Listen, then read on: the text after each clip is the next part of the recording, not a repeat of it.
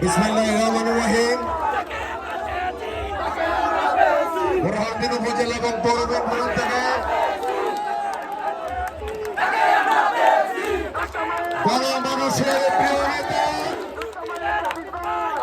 সাবেক সংসদ সদস্য, আগামী জাতীয় সংসদ সদস্য প্রার্থী, ভাইস চেয়ারম্যান প্রার্থী জননেতা হাফিজ ইব্রাহিমের গণসংবর্ধনার আজকে এই গণসমুদ্র বরন্দিনবাসীকে আসসালামু আলাইকুম।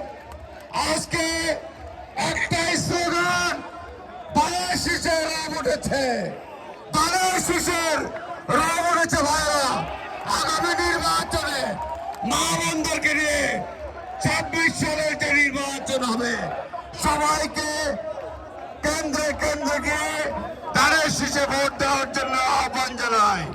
আর নেতাকে অনুরোধ জানাই, স্থানীয় গ্যাস দিয়ে শিল্প কলকারখানা করে বেকার যুবকদেরকে বেকারত্ব দূর করার আহ্বান জানিয়ে অনুরোধ জানিয়ে আমি আমার বক্তব্য শেষ করছি। খোদা হাফেজ। বাংলাদেশ জিন্দাবাদ। জননেতা আলহাজ হাফিজ ইব্রাহিম জিন্দাবাদ।